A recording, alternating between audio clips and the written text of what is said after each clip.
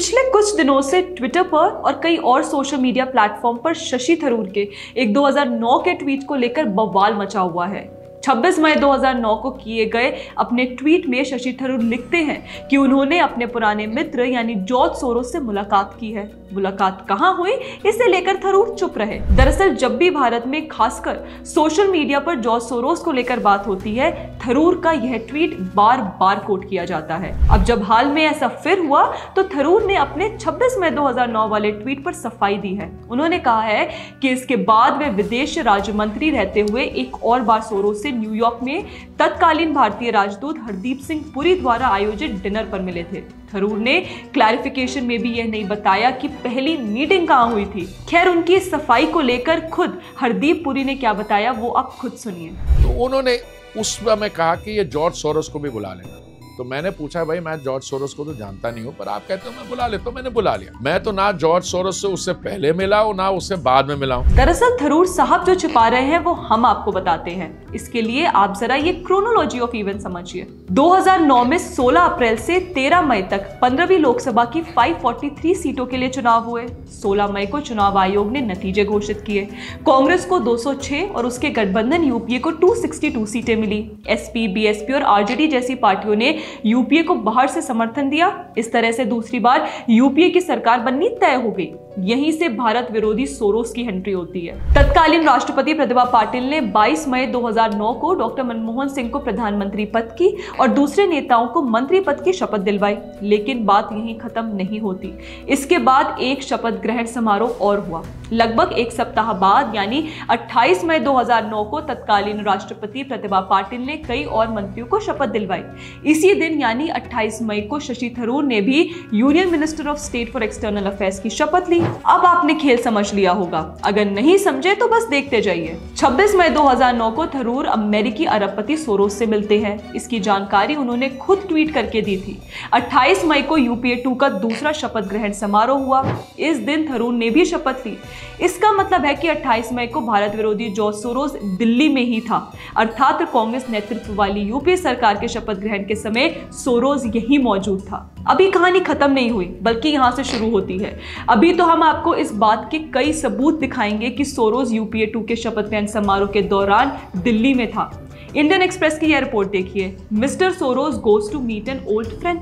Soros की यह old friend कोई और नहीं, लोकसभा में वर्तमान नेता विपक्ष और कांग्रेस सांसद राहुल गांधी की आंट फोरी नेहरू थी, जिन्हें राहुल गांधी शोभा आंटी कहते हैं। फोरी का जन्म हंगरी में हुआ था और वे एक यहूदी थी। सोरोस भी हंगरी के हैं और फोरी के साथ उनकी पुरानी दोस्ती थी। पंडित नेहरू के भाई बीके नेहरू ने फोरी से शादी की थी। मतलब गांधी नेहरू परिवार का सोरोस से कनेक्शन पुराना है। इस रिपोर्ट को आपने ध्यान से देखा?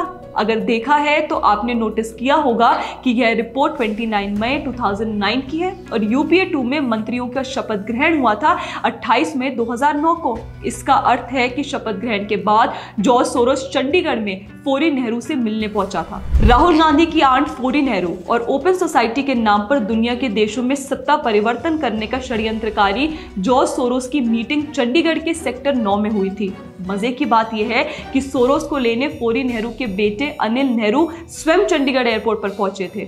लोकतंत्र विरोधी सोरोस दिल्ली से चार्टर्ड प्लेन से चंडीगढ़ पहुंचा। राहुल गांधी की आंट से मुलाकात करने के बाद शाम को 5 बजे वो वापस दिल्ली लौट आया। अब सवाल ये है कि क्या ये सिर्फ संयोग है कि सोरोस अपनी ओल्ड फ्रेंड और राहुल गांधी की आंट फोरी नेहरू से मिलने उसी समय आया जब दिल्ली में कांग्रेस के नेतृत्व वाली यूपी की सरकार का शपथ ग्रहण हो रहा था? यह संयोग नहीं हो सकता, क्योंकि 3 दिन तक भारत में रहते हुए भारत विरोधी सोरोस फोरी से मिलने के लिए केवल 2.5 घंटे का समय निकाल पाया था। उसका बाकी का समय कहां गया?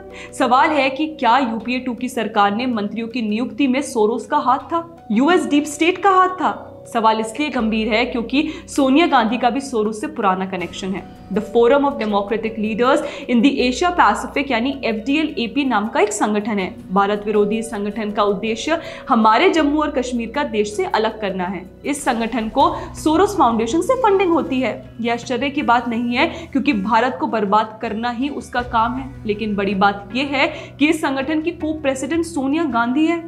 इसका अर्थ है कि सोनिया गांधी सोरोस से जुड़ी हैं। अकेली सोनिया गांधी नहीं, बल्कि कांग्रेस पार्टी और इसके इकोसिस्टम के सिपाही भी किसी न किसी तरह से सोरोस से जुड़े हैं। याद कीजिए 2006 में सोरोस पहली बार भारत आया था। उस समय आंदोलनजीवी और राहुल सोनिया के करीबी Yogendra Yadav centre for study of developing societies में कथित प्रोफेसर थे। यादव ने ही 2006 में सोरोस के सामने एक रिपोर्ट पेश की थी। अब सवाल है कि क्या एनएसी भी सोरोस की दिमाग की उपज थी?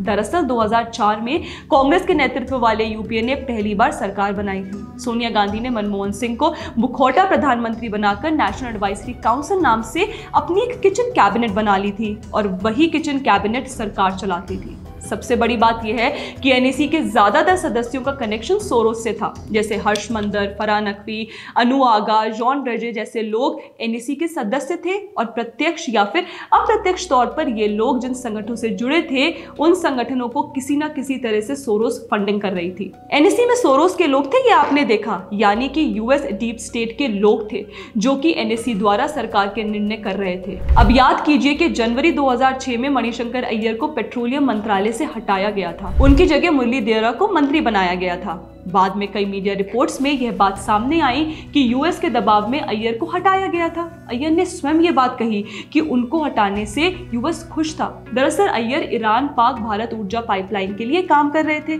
और उससे यूएस खुश नहीं था। क्या इसका सीधा अर्थ ये नहीं है कि भारत सरकार के निर्णय में, अय्यर को हटाने के निर्णय में यूएस डीप स्टेट का दखल था, सोरोस का दखल था? मजे की बात यह है कि उसी साल दिसंबर 2006 में सोरोस फिर से भारत में आया था, जब योगेंद्र यादव ने उसकी आवभगत की थी। इस क्रोनोलॉजी से आप एक बात समझ गए होंगे कि 2004 के बाद से लगातार किसी न किसी तरह से भारत विरोधी अमेरिकी अरबपति जॉर्ज सोरोस कांग्रेस पार्टी, उसके नेता और उसके इकोसिस्टम से जुड़ा रहा है। ऐसे में सवाल खड़ा होता है कि यूपीए 2 के शपथ ग्रहण समारोह के समय सोरोस क्यों आया था? उसे किसने और क्यों बुलाया था? क्या कांग्रेस पार्टी ने निमंत्रण देकर सोरोस को बुलाया था? सरकार के शपथ ग्रहण में सोरोस का क्या काम था? शपथ ग्रहण से बिल्कुल पहले शशि थरूर दिल्ली में ही सोरोस से क्यों मिले थे? यूपीए 2 के बनने में सोरोस की क्या भूमिका थी? उम्मीद करते हैं कांग्रेस पार्टी इन सभी सवालों के जवाब देश को देगी।